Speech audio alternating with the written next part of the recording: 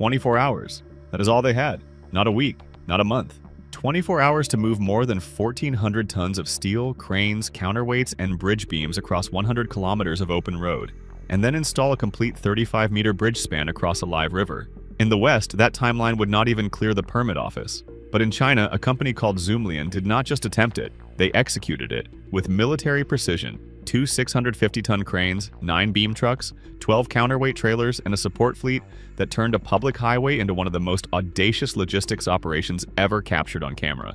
Most people have no idea this is already happening, and by the end of this video, you will understand exactly why this changes everything. For decades, the Western construction industry has operated on a single, comfortable assumption: major infrastructure takes time. The Queen's Ferry crossing in Scotland, celebrated as a triumph of modern bridge engineering, required 5 years of active construction. Routine bridge maintenance projects in the United States routinely absorb 3 to 4 years before a single beam is lifted. The American Society of Civil Engineers awarded U.S. infrastructure a C- grade in their most recent national report. 42% of American bridges are more than 50 years old, and the average time from federal approval to project completion for a major bridge replacement sits at over 7 years. 7 years. That number is not just a statistic, it is a symptom of an industry that stopped competing, that assumed its dominance was permanent, its methods were sufficient, and that no challenger was capable of threatening the established order. European crane manufacturers like Liebherr and Manitowoc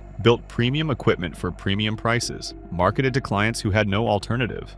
American infrastructure contractors operated on timelines padded with contingency, liability review, and bureaucratic sequencing that added cost and subtracted urgency from every single project. The West was not building infrastructure, it was managing it, slowly, expensively, and with a level of institutional confidence that left no room for the possibility that someone, somewhere had found a better way. But here's where it gets revolutionary. Then something shifted. In the late 2000s, a Changsha-based company called Zoomlion Heavy Industry Science and Technology, founded in 1992 and now one of the largest construction equipment manufacturers on the planet, made a quiet but seismic decision. They would not merely build cranes. They would build the most capable heavy lift cranes in Chinese manufacturing history, and they would prove their performance in real-world conditions that no competitor had the nerve to attempt publicly. The result was the ZC6500V, a 650-ton crawler crane built entirely with Chinese-engineered components, designed for maximum lifting capacity in confined,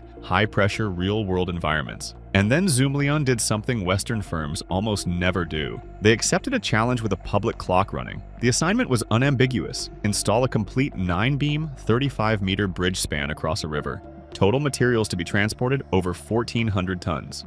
Total distance from equipment depot to construction site, more than 100 kilometers. Total time permitted, 24 hours. 2 of these 650-ton machines were mobilized immediately. 12 counterweight trailers were loaded. 9 dedicated beam trucks were staged. A yellow Scout pickup carrying spare tires led the entire convoy. Because when you are hauling more than 1,000 tons across 100 kilometers of public road in the dead of night, you leave absolutely nothing to chance. This was not a controlled demonstration. This was not a simulated drill. This was a live operation under real conditions, and everything that could go wrong did. But that is not the whole story, because the logistics of moving the equipment to the site, that was only half the battle. What happened on site in real time, with real margins, real weight, and real risk, that is what separates Zoomlion from every competitor watching from a safe distance. Here is a question that stopped even veteran structural engineers cold. How much can a single wire rope on a 650-ton crane actually lift? Most people guess wrong. Drop your number in the comments right now, because the moment those cranes arrived at the river at 4 in the morning, after a night convoy that had already absorbed blown tires, overheated wheels,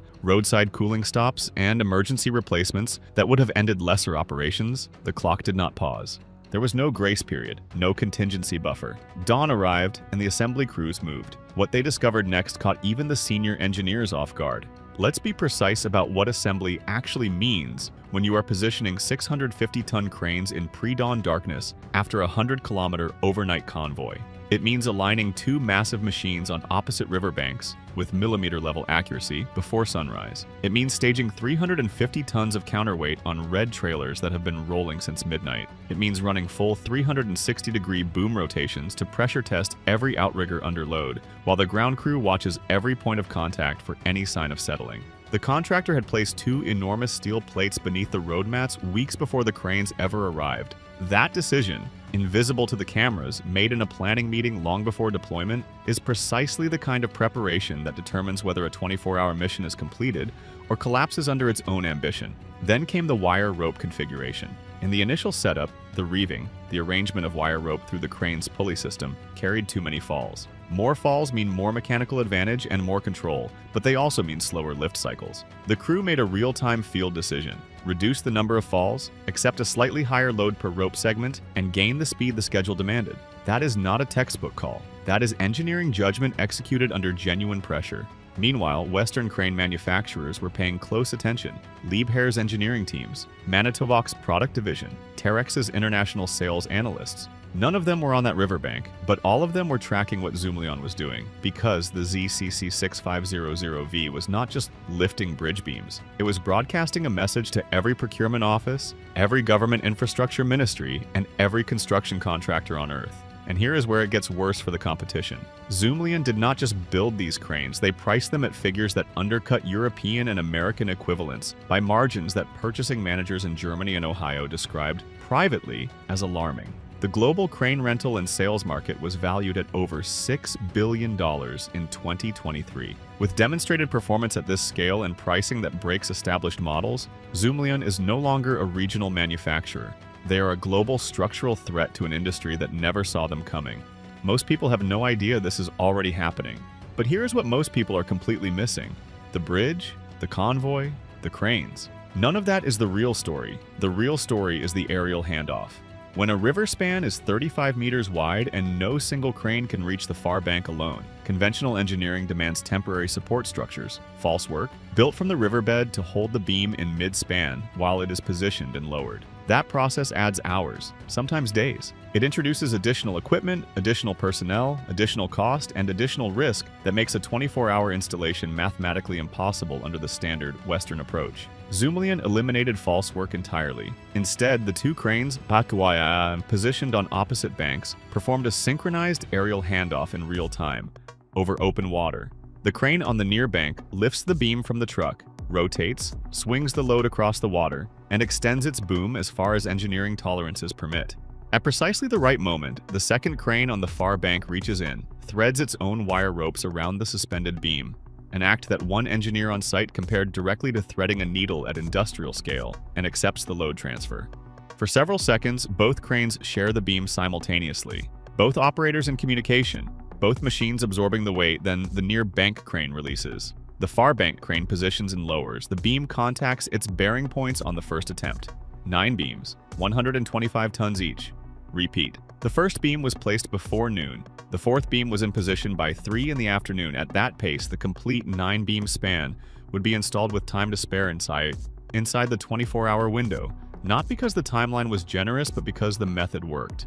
By 2030, analysts project that China will complete more than 15,000 major bridge installations using this generation of crane technology. Not 1,500, 15,000, across 6 years. Deployed to infrastructure projects across Southeast Asia, East Africa, and South America, markets that the Western construction industry once considered its exclusive territory. The West is not just behind on cranes. It is behind by an entire methodology. Let that number settle. 15,000 bridges, 6 years. Installed by machines that travel 100 kilometers overnight, perform aerial handoffs over live rivers at first light, and are packed for the next deployment before the afternoon is over. What does that mean for the global infrastructure market? It means that developing nations actively building road networks, river crossings, and port access routes today are not issuing contracts to London, Frankfurt, or Chicago. They are calling Changsha. They are calling Shenzhen. They are calling the companies that showed up. Not with a proposal timeline, but with cranes already moving. It means that the competitive advantage the West built over 5 decades, premium equipment, proprietary engineering knowledge, institutional credibility, is being systematically dismantled by a manufacturing culture that decided performance on a deadline was worth more than comfort with the status quo. And it means that the engineers, infrastructure investors, and government planners who recognize this transition now will make fundamentally different decisions from those who dismiss it as temporary, overstated, or unlikely to reach their market. Here is the question you need to answer for yourself. Do you believe the Western construction industry has the institutional will to reverse course? Or has the performance gap already become structurally unbridgeable? Drop your answer below, because that conversation is more important and more urgent than most people in this industry are willing to admit. 24 hours, 1,400 tons, 100 kilometers of open road, 9 beams, 1 river, 2 cranes that the West spent a decade underestimating. Zoomlion did not just build a bridge, they built proof.